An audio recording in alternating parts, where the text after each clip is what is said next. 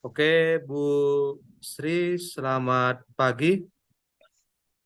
Selamat pagi, Pak. Oke, Bu. Jadi saya akan bertugas untuk mengobservasi Ibu. Jadi sebelum saya mengobservasi Ibu, saya akan terlebih dahulu melakukan percakapan praobservasi. Jadi, Bu, tujuan dari praobservasi ini adalah sebagai persiapan bagi Ibu untuk melakukan proses pembelajaran di dalam kelas sehingga Ibu lebih siap dan percaya diri. Jadi ada beberapa pertanyaan nanti yang akan saya ajukan. Yang pertama itu berkaitan dengan tujuan pembelajaran. Kira-kira Bu, apa tujuan pembelajaran yang ingin Ibu capai? Oh, untuk tujuan pembelajarannya sendiri kan, Pak, yang ingin dicapai itu adalah peserta didik diharapkan untuk mampu menganalisis tentang pemanfaatan lingkungan di sekitar mereka serta pemenuhan kebutuhan ekonominya. Oke, jadi tujuan pembelajarannya sudah dirumuskan ya Bu. Saya akan Iya. bertanya lagi Bu. Jadi kira-kira Bu, di area pengembangan mana yang ingin Ibu capai atau yang ingin Ibu amati seperti itu? Untuk tiga aspeknya gitu ya, Pak. Ya Bu. Untuk keterampilan itu, pertama saya mulai dari pengetahuan ya, Pak. Ya. Untuk pengetahuan itu tentang menganalisis pemanfaatan lingkungan sekitar dalam pemenuhan kebutuhan ekonominya. Itu untuk aspek kepengetahuan. Yang kedua untuk aspek keterampilannya menyajikan hasil analisis tentang pemanfaatan lingkungan sekitar dalam pemenuhan kebutuhan ekonomi. Dan yang ketiga itu untuk aspek sikapnya, Pak, mengamalkan pemanfaatan lingkungan sekitar dengan skala prioritas untuk kebutuhan ekonomi dengan bijak. Ya Bu, terima kasih Bu. Jadi saya sudah dapat Ya, tiga Pak. aspeknya Bu. Jadi saya juga mau bertanya Bu, dalam nanti pembelajaran di kelas, kira-kira strategi apa yang ingin Ibu terapkan dan metode apa yang ingin Ibu terapkan di dalam kelas? Nah, dari strategi Pak yang akan saya terapkan di kelas itu yaitu strategi problem basic learning atau PBL, yaitu pembelajaran berbasis masalah Pak, dengan metode diskusi dan studi kasus nantinya Pak. Oke, jadi Ibu mau menerapkan strategi PBL ya Bu ya, ya Oh iya basic Pak. learning dengan model diskusi atau kerja kelompok. Oke Bu. Iya Pak. Jadi untuk medianya Bu, kira-kira apa media pembelajaran akan Ibu terapkan di kelas Ibu? Media pembelajaran yang telah saya siapkan itu ada tentang PowerPoint dan berpedoman pada buku paket Pak. Oke, PowerPoint dan berpegang pada paket. Ya Bu, jadi Iya Pak. kira-kira Bu, pada waktu kapan nanti Ibu mempraktikkan pengajaran Ibu? Di hari apa, Oh, jam berapa, dan di kelas berapa Bu? pembelajarannya akan saya lakukan di kelas 8 Pak, tepatnya di kelas 83 pada tanggal 5 Desember Pak, hari Selasa, dan di jam pelajaran kelima di pukul 10.40 Pak, sampai selesai nantinya. Oke, jadi besok ya Bu? Oh iya Pak, Ya, jadi besok jam 10, jam berapa tadi? Jam 10.40 Pak. 10.40 di kelas 83 ya Bu? Iya Pak. Oke, jadi Ibu, kita akan menyelesaikan percakapan pra-observasi ini. Jadi Bu, sebelum kita tutup percakapan pra-observasi ini, kira-kira apa yang Ibu dapatkan dari percakapan kita ini? Nah, setelah melakukan percakapan ini kan Pak, saya mendapatkan gambaran bagaimana saya akan melakukan pembelajaran dalam kelas dari pembelajaran awal hingga akhirnya nantinya Pak. Bu, terima kasih Bu. Jadi terima kasih sudah mau Iya Pak, berbincang sama-sama. bincang tentang percakapan praobservasi ya Bu. Jadi sampai bertemu besok jam 10.40 di kelas 83. Sekian Bu Iya Pak. percakapan praobservasi ini. Nanti Kita akan bertemu di kegiatan observasi dan di kegiatan pasca observasi. Sekali lagi Bu, terima kasih. Ya Pak, sama-sama Pak.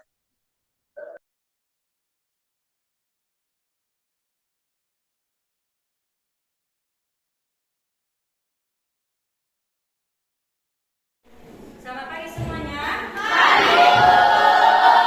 Semangat ini selamat pagi semuanya. Sebelum kita mulai pelajaran kita, yang laki-laki dulu bawa doa ke depan. Mari. Iskandar dari depan aku. Bawa doa ya. Teman-teman, sebelum kita belajar dan kita berdoa, menurut kita belajar masing-masing.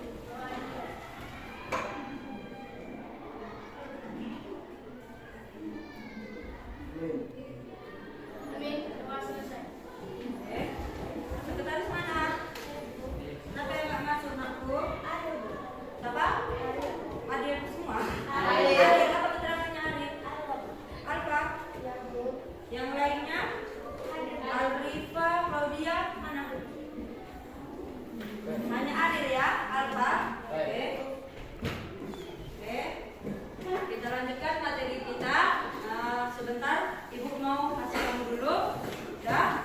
Di mana? Buka bukunya halaman 74 dulu ya. 74.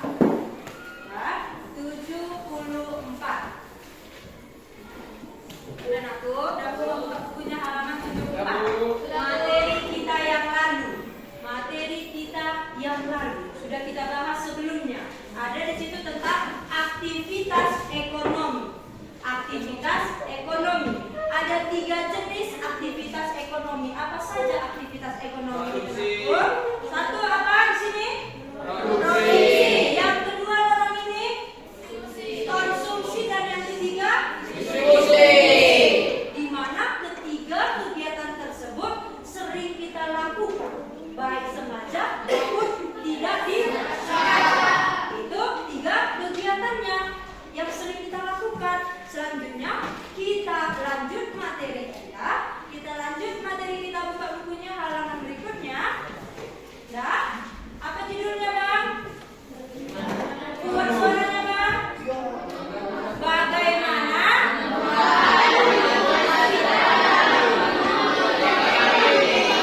Ya, kalau keroyokan nggak nangkep suaranya, coba Kak, apa judulnya? Bagaimana pemanfaatan lingkungan sekitar dalam pemenuhan kebutuhan ekonomi?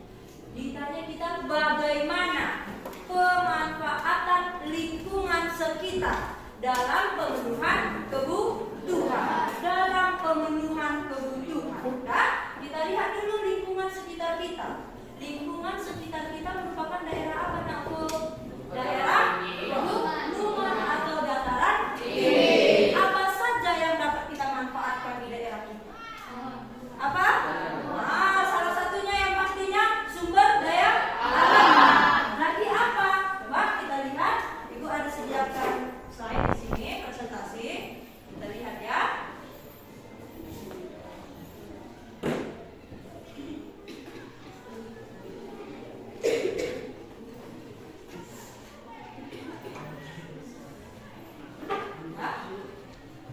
Nampak semua? Sampai di belakang Pak. Iya. Tadi sudah jelas? Oke. Di sini kita akan membahas tentang pemanfaatan lingkungan sekitar kita dalam pemenuhan ekonomi. Ya. Dikatakan di sini.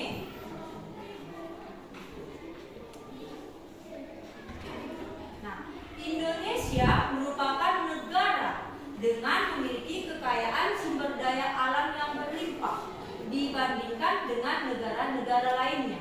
Ya, dengan banyaknya kekayaan alam yang berlimpah dapat dijadikan sebagai sumber kehidupan.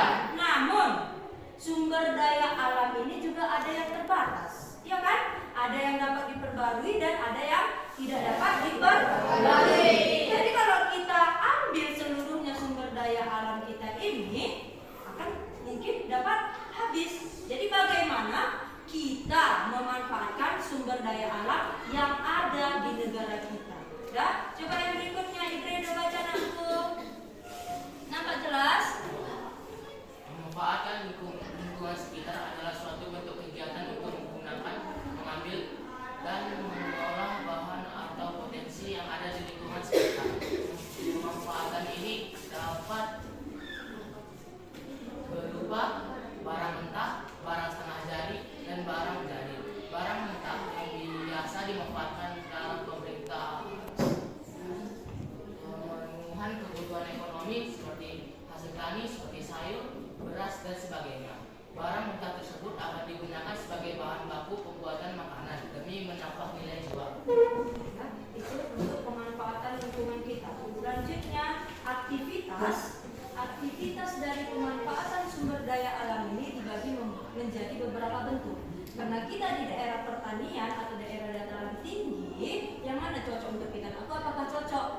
makanan di daerah kita? Tidak. Peternakan yang mana? Dari semua aspek ini, aktivitas ini, yang mana yang paling cocok dilaksanakan di daerah sekitar kita? Ibu dan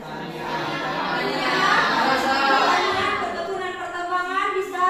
Bisa jasa bisa? Jasa apa yang paling mendukung dilakukan di daerah kita? Jasa yang berhubungan dengan lingkungan sekitar kita. Contohnya itu beras tagi merupakan daerah wisata, ya kan? Jadi di sana di daerah beras tagi disediakan jasa berupa penjual aksesoris. Bisa? Ini berupa aktivitas jasa yang dilakukan di daerah sekitar. Dan kalau untuk perikanan ini daerah yang mana yang? Daerah atau daerah itu adalah aktivitas yang sesuai dengan pemanfaatan lingkungan sekitar. Sudah, kita lanjutkan baca Iskandar. Dalam memanfaatkan sumber daya alam. Selainnya, manusia tidak semua memanfaatkan. Meskipun sumber daya alam ada yang dapat diperbarui, tetap harus diterima dalam pemakaiannya.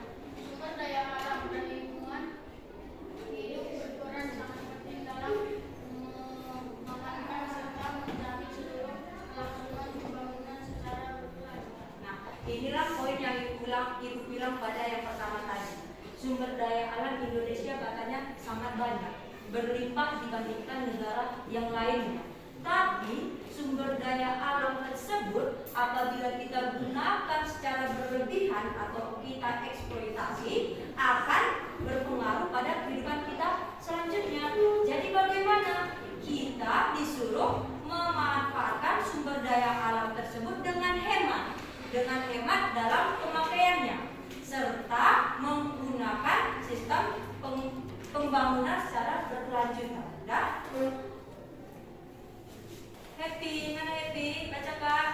Pemanfaatan lingkungan sekitar untuk bidang jasa dapat dilihat pemanfaatan lingkungan sebagai tempat sekitar, baik wisata, edukasi, wisata religi maupun rekreasi semata. Pemanfaatan lingkungan sekitar sebagai tempat wisata memberikan nilai tambah bagi masyarakat sekitar, baik sebagai pengelola dan penyedia jasa lain seperti rumah yang makan maupun penyewaan wahana.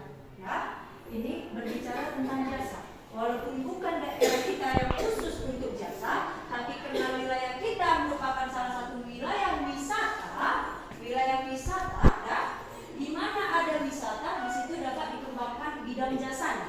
Di mana ada rumah singgah, banyaknya hotel-hotel yang disediakan di daerah kita, khususnya di daerah beras tagi, dan wahana-wahana seperti Bukit Ibu.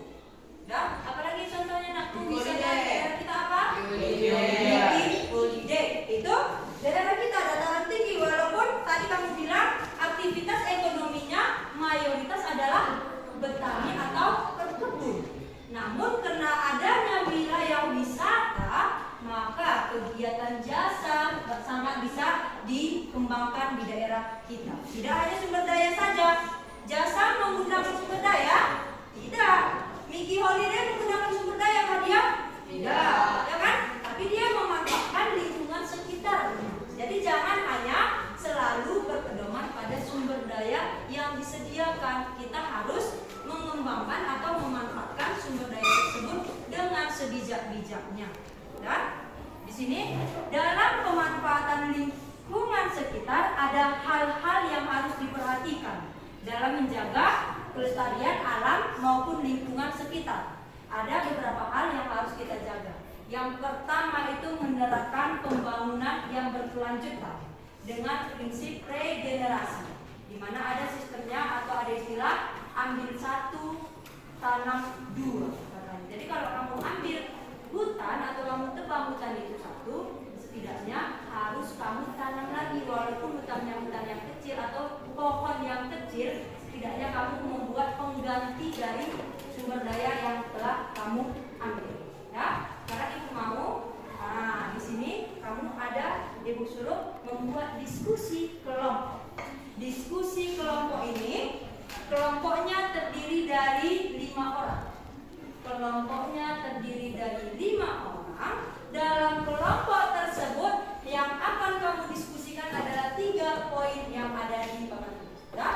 3 poin yang ada di papan tulis. Silakan sama Ibu bentuk kelompoknya, tapi tidak boleh seragam ya, harus beragam dia. Jangan laki-laki sama laki-laki. Campur laki-laki dengan perempuan 5 orang maksimal.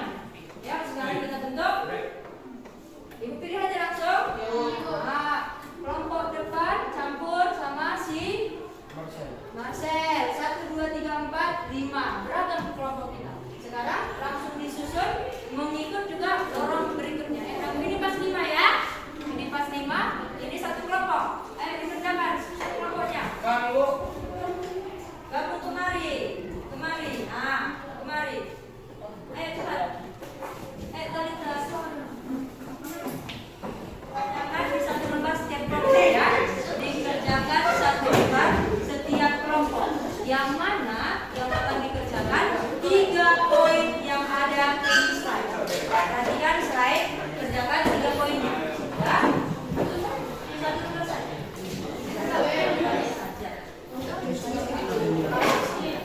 Satu lembar saja ya. Satu kelompok satu lembar. 3 poin yang akan dikerjakan.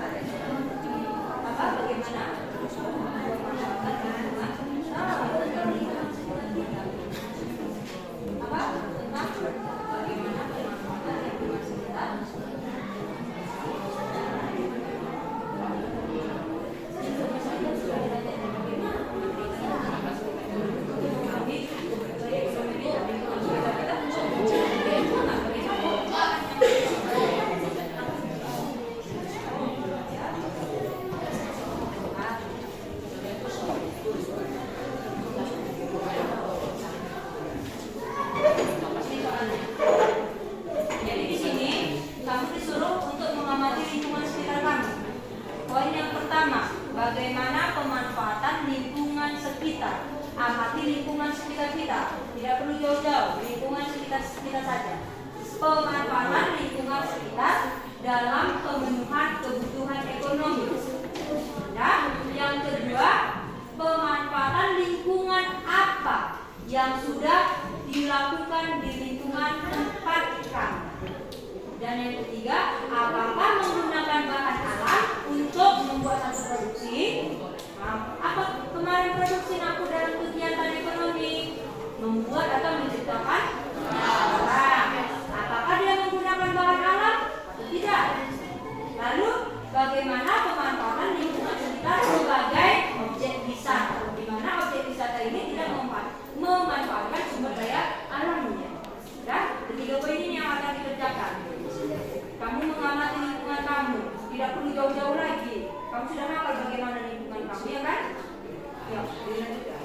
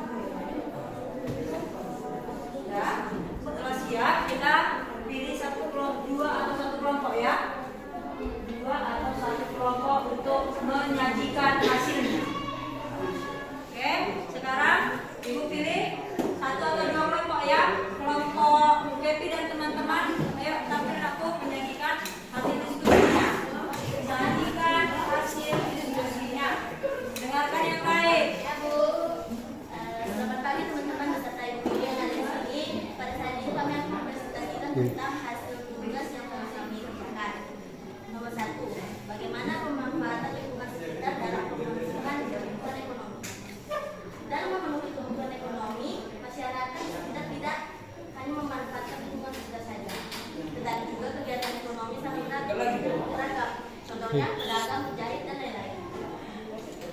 Pemanfaatan lingkungan apa yang sudah dilakukan di lingkungan tempat tinggal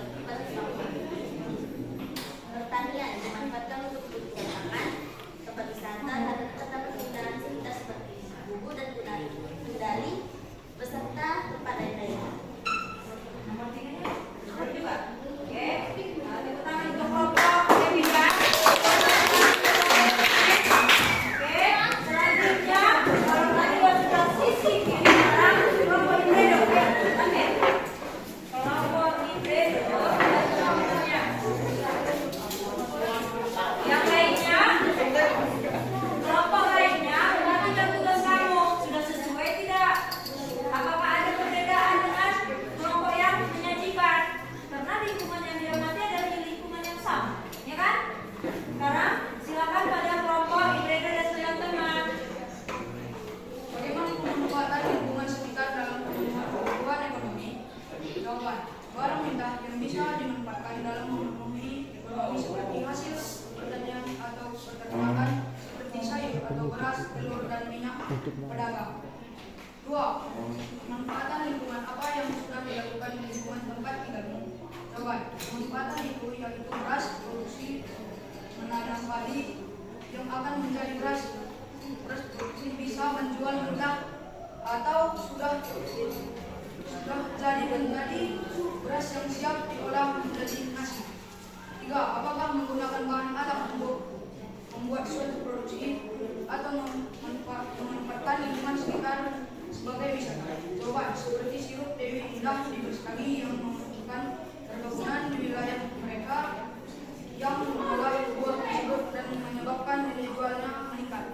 Oke. Tepuk tangan untuk kelompok yang silakan duduk. Jadi sudah 2 kelompok yang maju menyajikan hasil diskusinya. Ibu tanya dari kamu, dari kedua kelompok tadi yang mengamati wilayah atau lingkungan yang sama, siapa yang dapat menyimpulkan? Siapa yang dapat menyimpulkan dari kerja kelompok kita? Angkat tangannya yuk. Yang dapat menyimpulkan hasilnya. Apa kira-kira kesimpulan dari pemanfaatan ini? Ayo cepat. Ayo. Ayo. Jangan malu-malu. Cepat dong. Kesimpulannya ada 2 kelompok yang maju. 2 kelompok yang maju menyajikan hasilnya. Yang maju juga boleh menyajikan atau menyimpulkan. Ayo. Angkat tangannya ayo. Cepat. Siapa yang bisa? Atau perlu ditunjuk lagi? Kelompok yang ini ya. Ini tadi belum maju kan, tapi merasa bisa menyimpulkan. Coba, apa kira-kira kesimpulan?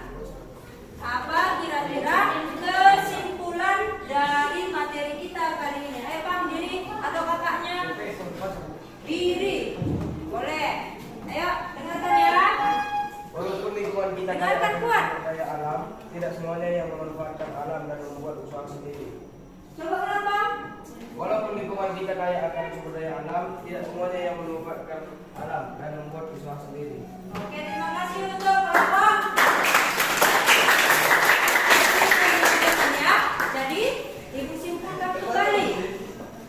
Materi kita kali ini tentang pemanfaatan lingkungan sekitar untuk pemenuhan kebutuhan. Di lingkungan sekitar kita, walaupun banyak sumber dayanya, seperti kata kelompok si Sandy dan teman-teman, tetapi masyarakat kita tidak seluruhnya memanfaatkan lingkungan maupun sumber daya alam yang ada. Sehingga bagaimana? Sehingga sumber daya alam kita ini nanti dapat terus kita manfaatkan dalam jangka waktu yang panjang. Ya? Oke, tugas kamu di rumah. Tugas di rumah, buka bukunya halaman 80. 80 tugas. Ya. Sekarang karena tadi kamu sudah mengamati lingkungan sekitar kamu, di mana lingkungan sekitar kita adalah daerah pegunungan, perhatikan aktivitas 5. Aktivitas 5. Sekarang kamu mengamati lingkungan di pegunungan dan di pantai juga. Ya, lingkungan di pegunungan dan juga di daerah pantai. Jadi kita harus mengamati lingkungan yang lain walaupun bukan sekitar kita. Sudah? Untuk tugasnya ada yang mau ditanyakan aku? Nah, untuk materi kita yang barusan ada lagi yang mau ditanyakan atau kurang jelas? Oke, jadi materinya sudah jelas semua? Sudah. Ibu harap untuk kedepannya atau pertemuan berikutnya tugasnya dikerjakan dan materi kita berikutnya, pertemuan berikutnya baca bukunya tentang perdagangan antar pulau. Dan perdagangan antar pulau dibaca dan dipahami serta tugasnya jangan lupa dikerjakan. Sampai sini ada yang mau ditanyakan? Oke, sampai sini saja materi kita untuk pembelajaran kali ini. Ibu ucapkan terima kasih dan selamat siang. Oke, sebelum kita selesai, sebelum kamu sudah melanjutkan, oke, satu orang tutup pelajaran kita dengan berdoa, anakku. Tutup pelajaran kita dengan berdoa. Tadi laki-laki, sekarang perempuan, mari. Bisa. Kita tutup dengan doa ya.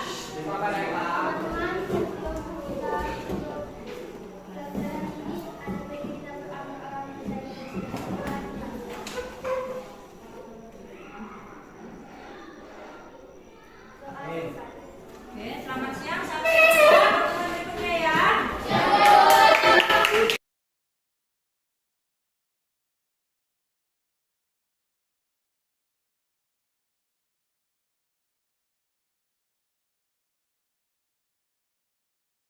Ibu, terima kasih atas waktu dan kesempatannya.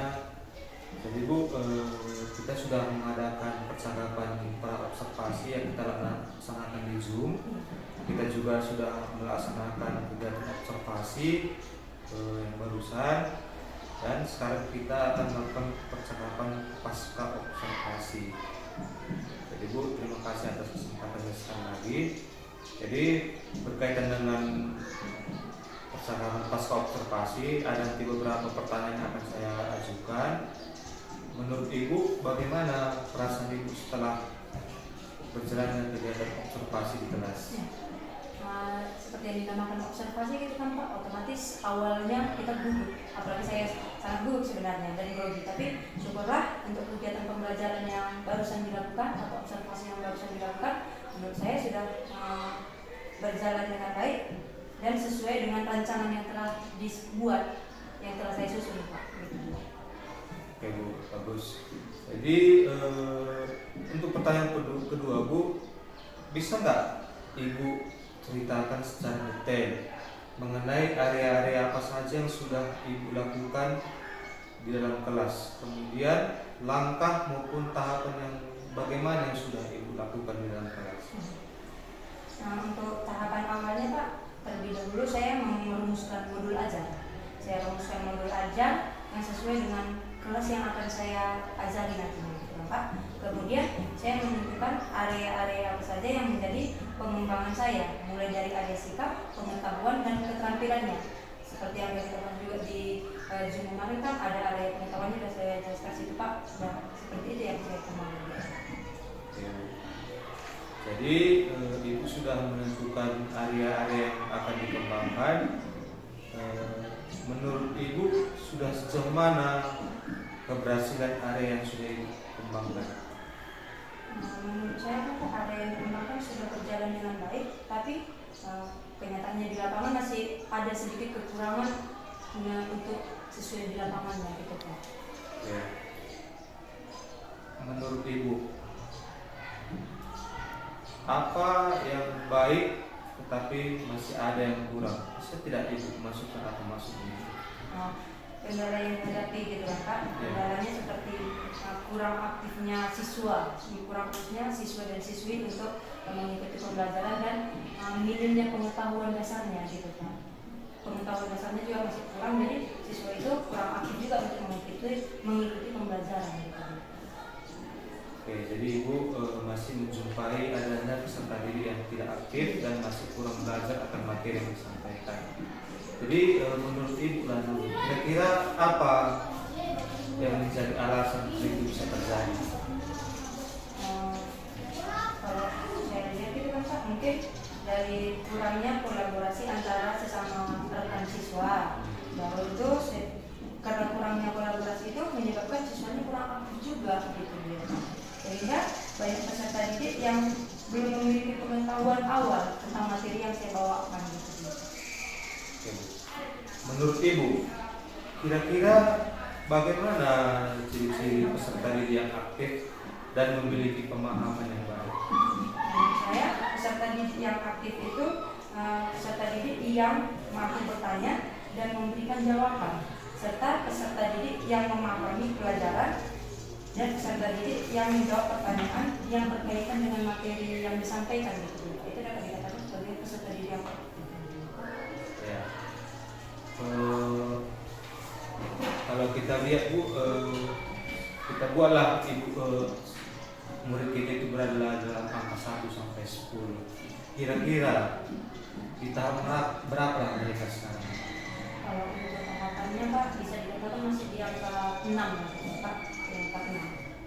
Jadi kalau di angka 6, Ibu ingin angka berapa yang ingin Ibu capai seperti itu? Setidaknya dia Pak, dilihat dari kemampuannya, setidaknya peserta didiknya mampu untuk mencapai angka 8 kurang lebihnya gitu. Jadi Bu, menurut Ibu kira-kira solusi yang bagaimana yang bisa Ibu lakukan supaya angka 6 ini bisa ke angka 8? Menurut saya akan melakukan pembagian kelompok berdasarkan kesiapan awal dan terlebih dahulu Pak. Selain itu saya juga akan membagi kelompok-kelompok sesuai dengan minat maupun produk yang akan dikerjakan gitu. Jadi intinya Pak, saya akan berusaha menciptakan pembelajaran yang sesuai dengan kebutuhan peserta didik. Untuk itu saya akan melakukan asesmen diagnostis untuk memetakan kebutuhan peserta didik tersebut. Oke Bu, jadi ini merupakan rencana Ibu yang ke depan yang akan Ibu terapkan di pembelajaran yang akan datang. Jadi pembelajaran akan datang Ibu juga akan menyesuaikan pembelajaran itu dengan sesuai kebutuhan belajar peserta didik. Membentuk kelompok itu berdasarkan kesiapan, minat, produk, dan untuk mendapatkan itu Anda akan melakukan, Ibu akan melakukan asesmen diagnostik. Kira-kira seperti itu Bu? Oke. Jadi menurut Ibu lah, kira-kira kapan Ibu akan melaksanakan solusi yang telah Ibu rencanakan? Untuk tahunnya saya akan melaksanakan pada awal-awal semester baru ini. Oke, jadi ya karena mungkin ini sekarang mau ujian ya, mau sebentar lagi akan bagi rapor. Jadi kita akan mengakhiri percakapan pasca kita ini Bu. Tapi kira-kira lah Bu, apa yang Ibu akan lakukan setelah percakapan kita hari ini? Saya akan memetakan kebutuhan peserta didik tersebut dengan menggunakan asesmen diagnostik itu kan Pak. Selain itu saya juga akan memperbaiki kemampuan mengajar saya menjadi lebih bervariatif lagi. Oke, jadi komitmen Ibu sangat bagus sekali ya. Jadi saya akan tunggu cerita Ibu setelah apa yang Ibu terapkan tadi. Jadi tetap semangat Bu, dan yang saya ingin tanyakan berikutnya yaitu kira-kira bagaimana perasaan Ibu setelah kita melakukan percakapan ini? Perasaan saya setelah melakukan observasi menjadi lebih lega, dan setelah melakukan percakapan ini saya lebih optimis untuk bertanya. Lalu, jadi diskusi yang kita lakukan ini apa kira-kira Ibu dapatkan? Awalnya saya bingung untuk melakukan sesuatu yang Pak, tapi setelah diskusi ini saya jadi mendapatkan bagaimana solusi untuk menghadapi dan menciptakan pembelajaran yang aktif dan bermakna bagi peserta didik nantinya. Ibu, semoga Ibu dapat melaksanakan pembelajaran yang menarik dan berpihak pada baik. Saya juga merasa senang, Ibu juga merasakan lega. Jadi kita akan berdiskusi lagi di lain waktu untuk melihat bagaimana perkembangan dari solusi yang telah Ibu lakukan.